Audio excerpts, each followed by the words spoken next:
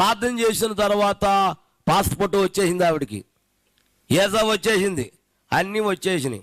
ప్రార్థన ఎట్టించుకుంది, ప్రార్థన అయిపోయింది, రెడీ అయిపోతుంది. ఎక్కడికే? అప్పుడు అయ్యగారు మీరు కూడా రండి ఈ రాత్రి నాతో అంది. ఎక్కడికి అన్నాను. ఎక్కడికంటుంది? కోటే కదా, ఎయిర్పోర్ట్కి రమ్మంటుంది నన్ను. నేను ఎందుకులే అమ్మా, మీ ఆయన మీ పిల్లలు మీ అందరూ వస్తున్నారు కదా, నేను ఎందుకను. అయ్యగారు మీరు రాకపోతే నేను మానేస్తాను అంది. బాబు లేనిపోయింది అని అందరూ వచ్చి నన్ను కొడతారు, అలా ఆయన నన్ను కొట్టి అతడు మానేసిందంటే లేనిపోయిన గొడవెట్టకమ్మా వస్తానని కారు ఎక్కించుకున్నారు, తీసుకెళ్ళిపోయారు. ఎయిర్పోర్ట్కి వచ్చేసాం. రాత్రి 12 గంటలకు బయలుదేరితే అక్కడికి వెళ్ళేటప్పటికి 9 అయింది, ఉదయం 9 అయింది. రాత్రికి 7 గంటలకంట ఫ్లైట్ అది. అప్పుడు దాకా మేము అక్కడే ఉన్నాం.